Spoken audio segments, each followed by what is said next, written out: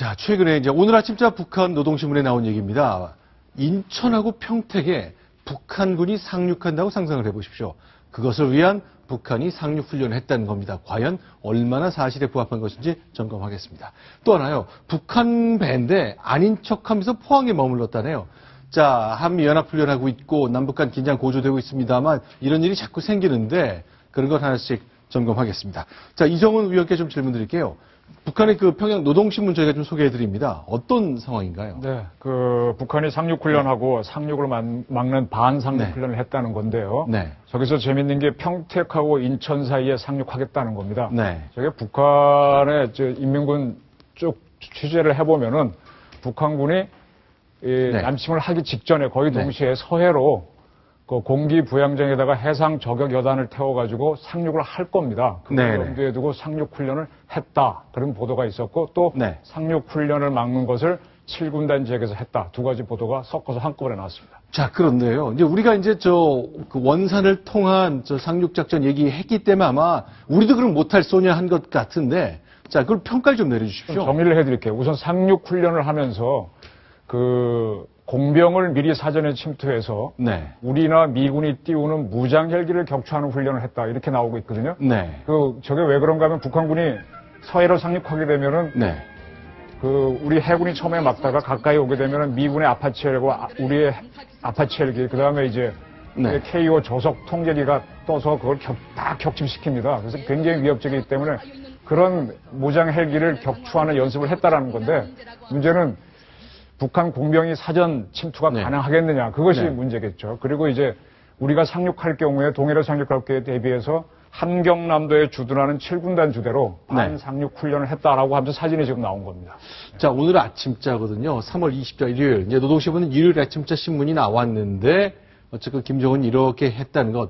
우리도 평택과 인천에 상륙하는 훈련을 했고 또 우리의 한미연합훈련의 상륙 작전에 방어하는 연습도 했다는 얘기입니다. 그런데 3년쯤 전인가요? 이런 거 했다고 한번 소개한 적이 있잖아요. 있습니다. 3년 전에 같은 지역이죠. 원산 지역 근처에서 공기부양정을 이용해서 상륙운영을 했다고 했는데 그 사진이 조작이 됐었어요. 공기부양정이 총 5척이 그때 사진이 나왔었는데 그 한 척을 갖다가 오래 붙여가지고 여러 척을 오래 붙여서 여러 척이 상륙한 것처럼 북한이 조작을 한 바람에 그때 망신을 당한 적이 있습니다. 자, 이게 지금 보시는 것 이게 바로 3년 전 사진입니다. 이렇게 공기 부양정을 활용해 상륙 훈련을 했다고 사진을 공개했는데 그야말로 3월 언저리였던 것 같아요. 거기 이제 눈이 있었네요. 그런데 이게 이제 복사해서 붙였다는 건데 이렇게 훈련을 할 만한 공기부양정 역량도 안 되는 겁니까? 어떻습니까? 공기부양정 역량은 되는데 대부분 다 서해 지역에 있습니다. 우리 서울을 공격하기 위해서 대부분 다 이제 황해도하고 평안남도에 있는데 이게 동쪽에 별로 없습니다. 그래서 동쪽에서 상륙 훈련을 하려다 보니까 숫자가 많이 부족했는데 이번에 보니까 공기부양정이 한 4척, 5척 보이는 거 보니까 그동안에 좀 확충을 한 것 같습니다. 4척 더 만드는 것 같아요. 이번 것도 뭐 복사해서 카피해서 사진을 조작했을 가능성은 없는 거예요? 아직 그건 판단이 안 되는데요. ST로 보이는 배가 이번 사진을 띄워주시면 좋겠는데 거기에 보게 되면은 이번 사진이요. 전차를 내리는 장면이 나옵니다. 이번 거는 아니죠, 저게. 그 한번 사진을 직접 한번 확인해 볼까요? 노동신문이 나오면 좋은데요. 거기서 보게 되면은 그런 사진들이 나오는데 이 공기부양정은 아니고 제가 보기에는 반상륙 작전을 보여준 게 아닌가 싶습니다. 자, 그러니까 배 뒷문이 열리면서 쏟아내는 그 사진이 저희 노동신문에 준비된 게 있는데 그걸 다시 한번 봤으면 좋겠는데요. 처음에 저희가 보여드렸던 그 사진이죠. 첫 번째 사진이었는데 우리가 사진을 보면서 이제 느낀 점은 우리 상륙정에서 수륙 양경 전차가 나오면은 되게 바다 한 1km, 2km 밖에서 해안선 밖에서 이렇게 우리 수륙 양경 전차가 나오는데 북한군은 말이죠. 저기 보면은 거의 해안선에 접근해가지고 100m까지 접근해가지고 현재 전차가 나오고 있거든요. 이렇게 나오고 있는데 저걸 보면은 저게 수륙 전차가 아니고 확대해서 봤으면 좋겠습니다. 그냥 일반 전차인 것 같습니다. 일반 전차 맞습니다. 이거요. 이게 요 장면이네요. 저게 무슨 얘기인가 하면은 전차를 공기부양정에 태우려면 공기부양정이 매우 커야 되거든요. 우리도 지금 전차를 씌울 수 있는 공기부양정이 몇 대 안 되는데 제가 없다는 얘기죠. 그래서 배를 해안에 갖다 놓고 직접 내리는 건데 네. 저렇게 할 수 있는 해안은 굉장히 제약됩니다.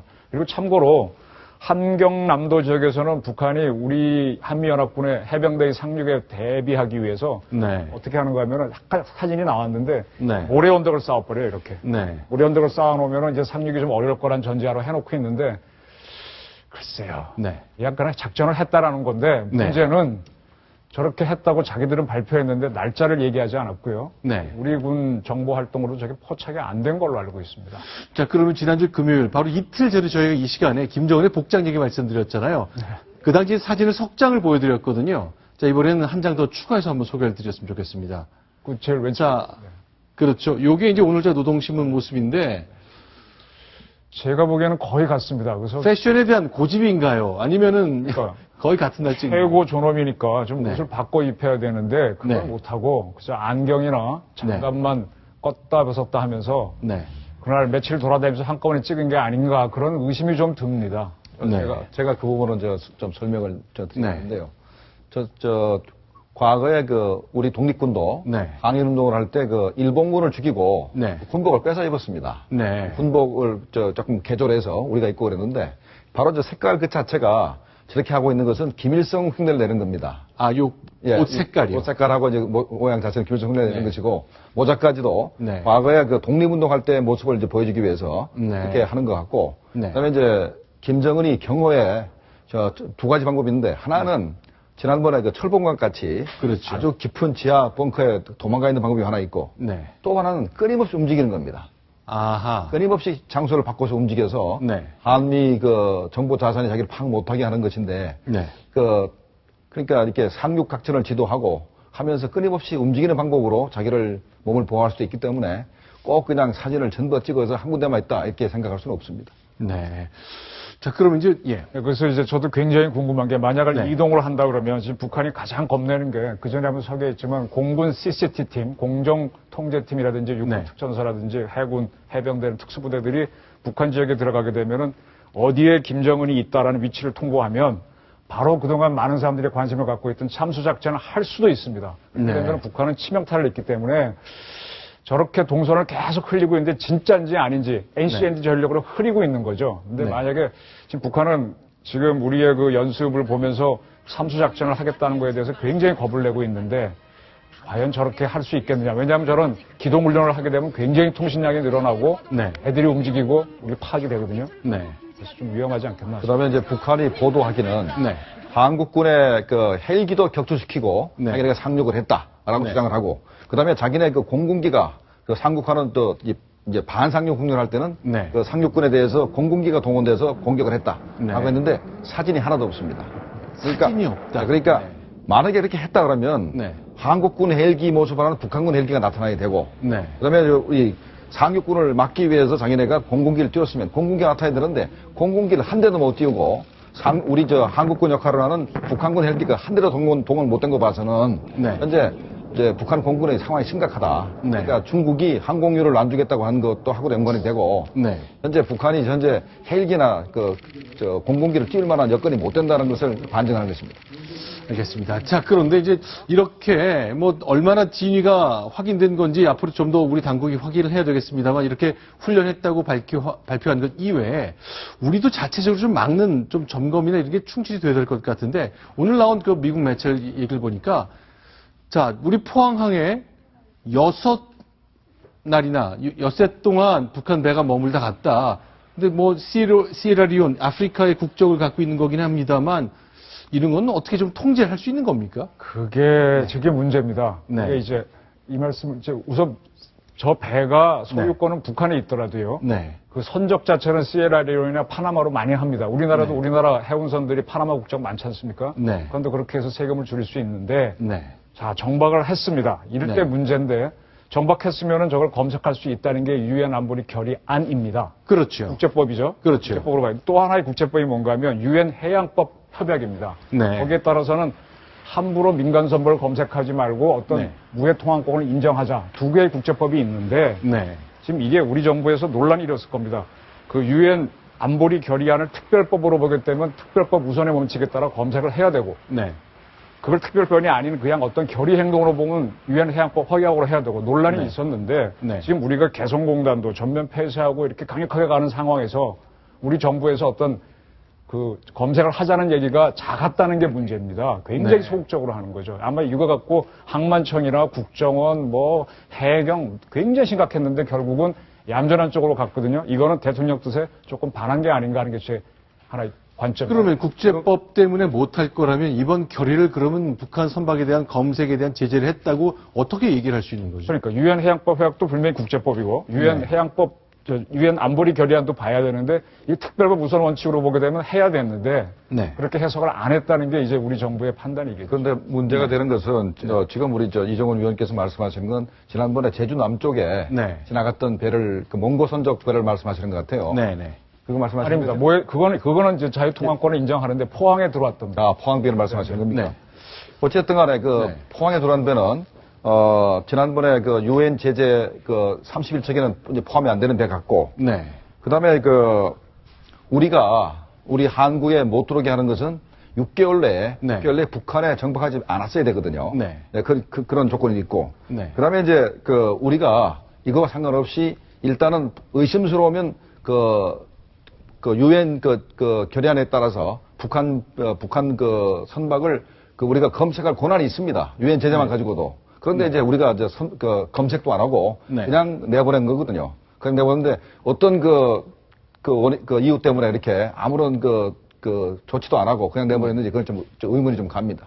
지금 말씀하신 것처럼요, 이제 북한 선박인데 국적을 위장해서 우리 이제 영해를 지나친 경우도 있잖아요. 아, 그건 뭐 지나갈 수, 그 무해통항권은 유엔 해양법 회약에 따라 인정할 수도 있어요. 그건 할 수는 있는데 한국까지 들어오면 완전히 우리 항구에 들어온 거기 때문에 우리 경찰권이 적용될 수 있거든요.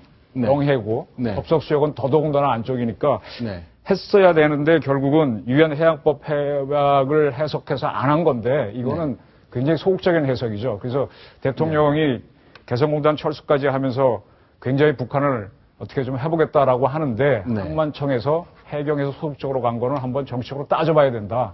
다시 한번 국가안보실에서 회의를 열어가지고 그 장관이나 차관들을 청장들을 한번 따져봐야 될 문제 같습니다. 그러니까 요거는 괜찮은 겁니까? 그러니까 이 배, 오리온스타라는 배, 몽골 선박으로 위장을 했지만 북한 배인데 남포를 떠나서 쭉 해서 제주 해협을 통해서 이렇게 청주로 들어갔거든요. 아닙니다. 제주 남방으로 갔습니다. 아, 남방으로. 해협은 못 들어옵니다. 남방으로. 네. 이런 경우에는 별 문제를 할 수 없는, 아까 말씀하신 무해. 이노센트 패시지라고 무해 통항권을 인정하게 돼 있으니까. 저는 그래도 저도 인정할 수 있겠는데, 포항에 들어온 거를 지켜보기만 하고 했다라는 게 왜 이렇게 소극적이냐. 네. 그럼 제가. 왜 그럴 거로 추정하십니까? 저는 어떻게 생각하는 말입니다. 현재 북한은 화물선도 매체가 안 되고. 우리가 북한 만약에 화물선을 우리가 억류하거나 하면은 북한이 보복할 가능성이 큽니다. 우리는 엄청나게 많은 선박들을 가지고 있고 우리 컨테이너선이 수도 없이 현재 인천항을 드나드는데 북한이 잠수함 전력을 가지고 우리 컨테이너선을 격침하거나 하면은 굉장히 문제가 됩니다. 그렇기 때문에 가능하면은 북한을 자극하지 않는 것이 우리 국익에 맞다고 판단할 수도 있습니다. 조금 설명드리겠습니다. 지난번에 북한 잠수함 얘기가 나왔는데요. 어제인가 보다 보니까 고래급이라고 하는 게 나왔습니다. 고래급이 별거 아니고요. 우리 심포급, SLBM 쐈다고 하는 게 심포급을 고래급으로 한미연합군이 별명을 지어놓은 거거든요. 그래서 북한 잠수함 한 척이 사라진 거는 맞고요. 그 외의 것들은 거의 변동이 없습니다. 그래서 북한 잠수함이 나오는지 안 오는지는 지금 굉장히 예민한 문제로 지켜보고 있기 때문에 지금 한미연합이 하고자 하는 건 북한의 완벽한 봉쇄입니다. 그래서 잠수함이 못 나오면 다른 배들은 더 못 나오죠. 그래서 그렇게 봉쇄를 하고 있는 상태에서 저런 무역선이 들어왔는데 봐줬다고 하는 거는 굉장히 구멍이 뚫리는 거죠. 그래서 아마 미국 인터넷 매체에서 미국 정부의 불만을 툭 터뜨린 게 아닌가 싶습니다. 이 문제와 관련해서 제가 전문가는 아니지만 얘기를 들으면서 하나 의문이 들었던 게 뭐냐면 지금 세뇨마루가 우리나라 포항을 거쳐서 지금 일본으로 들어갔다고 돼 있잖아요. 그렇죠. 일본은 아시다시피 이 북한 선박에 대해서 우리보다 훨씬 더 강력한 그런 독자적인 제재 체제를 가지고 있는 국가입니다. 일본은. 특히 우리나라보다 더. 그런데 그게 일본으로 들어갔는데 일본에서는 그럼 어떻게 됐는지 그 부분에 대한 어떤 후속 그걸 확인해 보면은 왜 우리나라에서 그냥 보냈는지에 대한 어떤 그 입장도 좀 정리가 되지 않을까 하는 게 언뜻 생각이 들어서 한번 말씀드려요. 네, 그렇죠. 네. 일본에서도 별 지재가 없었던 거예요. 제 생각에 포항에 들어왔다 이거는요. 네. 어떤 북한에서 남한의 어떤 대응 태도를 테스트해 보는 게 아닌가. 네. 왜냐하면 자기도 다 알 거 아닙니까? 이제 이 정도 유엔의 제재 상황까지 나온 상태에서 들어오면 남한이 검색할 수도 있고 다 알 건데. 네. 그러니까 남한의 대응 태도 아까 우리 그 두 전문가가 말씀하셨지만은 네. 혹시나 그러면 북한에서 또 도발하고 이런 걸 갖다가 우리가 염려해서 그걸 자제한다면 앞으로 이게 좀 더 강하게 북한에 나올 수 있는 여지가 있기 때문에 아까 우리 이정훈 의원님 말씀하신 대로 좀 정부의 대응이 어떤 건지를 잘 모르겠습니다. 그 일본에도 이배가 갔으니까 잡을 수도 있죠. 일본도 안 잡은 걸로 보게 되면은 이제 온건파의 해석이 맞은 건데 지금 북한에서 계속 김정은이가 행적은 안 보이면서 훈련했다라고 보도가 나오는 거는 북한 주민, 북한 군부를 위한 대내용 정치거든요. 그래서 그렇게 할 필요가 있고 그쪽에서는. 그다음에 우리도 지금 강력하게 나가고 있는 상태에서 우리의 필요가 있는 겁니다. 이걸 만약 우리가 납포를 해서 복잡하게 간다 그러면은 긴장이 커지겠다면 잡았다가 놔줄 수도 있는 거거든요. 정치적으로. 그래서 그런 판단들을 좀 해봤으면은 훨씬 좋았을 텐데 너무 국제법적으로 해석해서 점잖은 판단을 했다라는 게 제 의견입니다. 알겠습니다. 일단은 안보 상황 관련해서 북한은 똑같은 복작을 한 김정은이 이런저런 행사를 통해 도발의 수위, 긴장의 수위를 높였다는 보도만 나오고 있거든요. 자, 과연 우리 3월 말까지 이어지는 한미연합훈련 기간 동안 김정은은 어떤 선택을 할지, 어쨌건 총선 전국을 맞아 북한의 행동도 유의해서 지켜봐야 될 것 같습니다. 자, 지금까지 두 가지 코너를 통해서 북한 소식 알아봤습니다. 자, 김정봉 교수님, 그리고 이정훈 편집위원 여기서 인사를 좀 드리겠습니다. 말씀 고맙습니다.